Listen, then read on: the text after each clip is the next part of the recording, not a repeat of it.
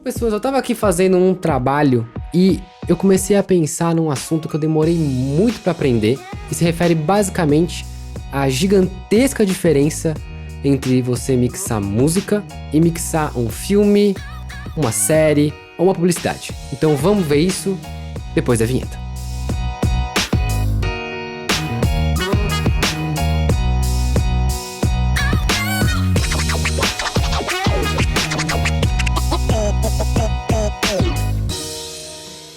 Antes de mais nada, já se inscreve aí no canal, deixa o seu like e clica aí no sininho para saber toda hora que a gente postar um vídeo novo. Bom, basicamente o vídeo de hoje que eu quero falar com vocês é sobre range dinâmico e estrutura de ganho. E eu não tô falando de estrutura de ganho para quando a gente tá mexendo exclusivamente nos plugins e tal. Tô falando quando você pega todos aqueles sons que você tem na tua mega sessão e soma tudo numa entrega, num arquivo master 5.1, 7.1, Atmos, e precisa entregar tudo isso em um arquivo bem compacto. E olha, isso é um negócio que eu demorei bastante para aprender. Isso porque eu vim do mundo da música, e eu acho que como a grande maioria que mixa para publicidade, conteúdo, cinema, é uma galera que veio do mundo da música. Então a gente aprendeu as técnicas exclusivas para mixar música. Técnicas que você acaba aprendendo que não necessariamente se aplicam da mesma maneira para o mundo do audiovisual. Isso porque quando a gente vai fechar uma mix de um vídeo, a gente está juntando diversos elementos que na sua maioria já foram meio que pré-mixados. Você pega diálogos, locução, música, ADR, efeitos, foley, ambiência, todas essas diversas camadas para juntar tudo numa mix só, coesa. Se você quiser saber mais sobre esse assunto, você pode pegar o card que tá aqui ou aqui, agora não tenho certeza de que lado que ele tá, acho que aqui, que é um vídeo que eu já falo como que se mixa um filme em mais detalhes. Bom, uma coisa que eu acabei aprendendo ao longo do caminho é que quando eu recebo uma música já mixada ou eu tô montando uma sessão de efeitos, eu já começo a abaixar o volume dos arquivos, usando o Clip Gain que tem no Pro Tools ou a ferramenta de ganho que tem no Logic e que eu também sei que tem em diversos outros softwares também. Isso porque eu tô tentando chegar num nível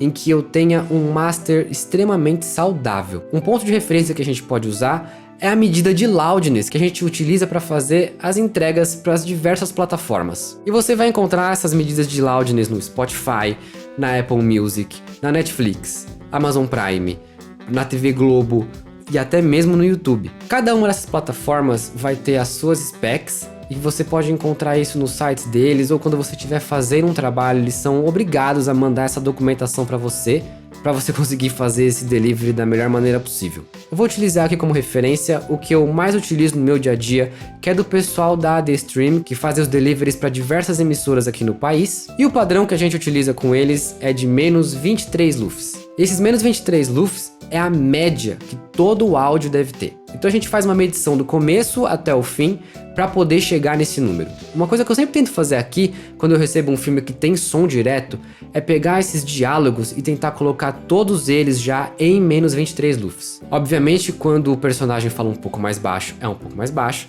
e quando ele fala um pouco mais alto, é também um pouquinho mais alto. E a partir disso, eu coloco a música em volta e os efeitos. Como eu estou usando essa média de menos 23 e também na documentação me diz que eu posso ter um pico máximo de menos 3 dB, quer dizer que eu tenho um range dinâmico gigantesco para fazer o que eu quiser.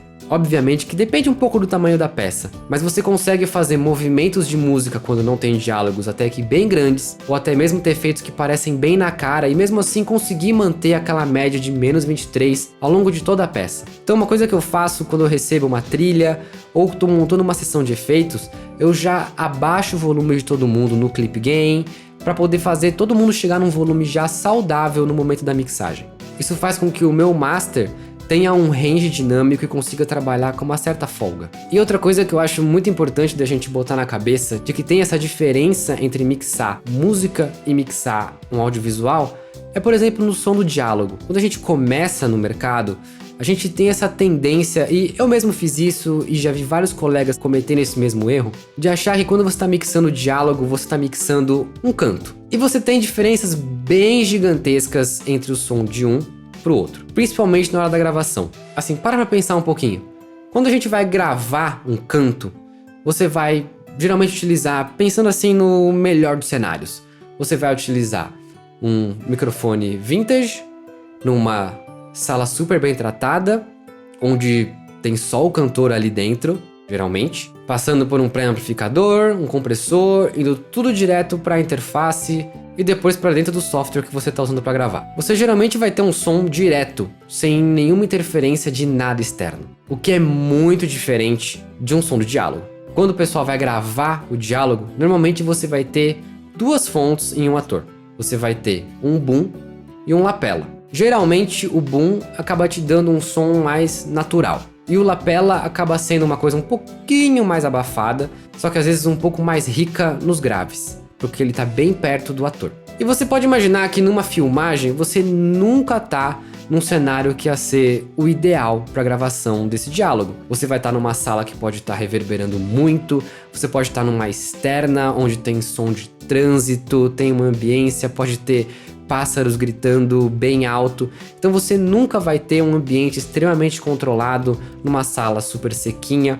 E o principal, com o ator focando naquele microfone, o que é diferente do cantor quando tá gravando no estúdio. E uma coisa que eu acho que pode solucionar um pouco esse problema é que quando a gente tá para começar um projeto de música ou tá numa sala nova, a gente tem uma tendência de pegar o álbum de um artista que a gente ama muito, que a gente conhece muito o som, para escutar nessa sala e sentir como que as frequências se comportam, como que a relação entre os instrumentos estão acontecendo. Então uma coisa que eu quero que vocês façam também é pegar um filme que vocês amam muito ou um episódio de uma série e assistir também no sistema de vocês. Vocês vão perceber que às vezes os diálogos são um pouquinho mais abafados do que uma voz cantada, e uma coisa muito diferente é que você tem um range dinâmico muito maior. Você quase nunca vai estar encostando muito no zero. E nas cenas que isso estiver acontecendo, vai ser algo muito bombástico.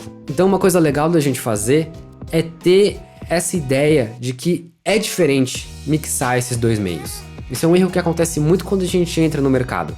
E é um negócio que eu quero aqui nesse vídeo ajudar vocês a entenderem e a passarem por esse obstáculo da maneira mais rápida possível. Tipo, coloca na cabeça mesmo, gente. É diferente você mixar uma música e mixar pro audiovisual. Então, gente, eu espero que vocês tenham gostado desse vídeo. Mais uma vez, se inscreve aqui no canal, deixa o seu like, clica no sininho para saber toda hora que a gente colocar um vídeo novo.